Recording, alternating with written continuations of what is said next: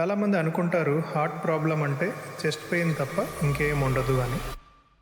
Hi everyone, నేను doctor Naresh Kumar Munigari, consultant physician and interventional cardiologist.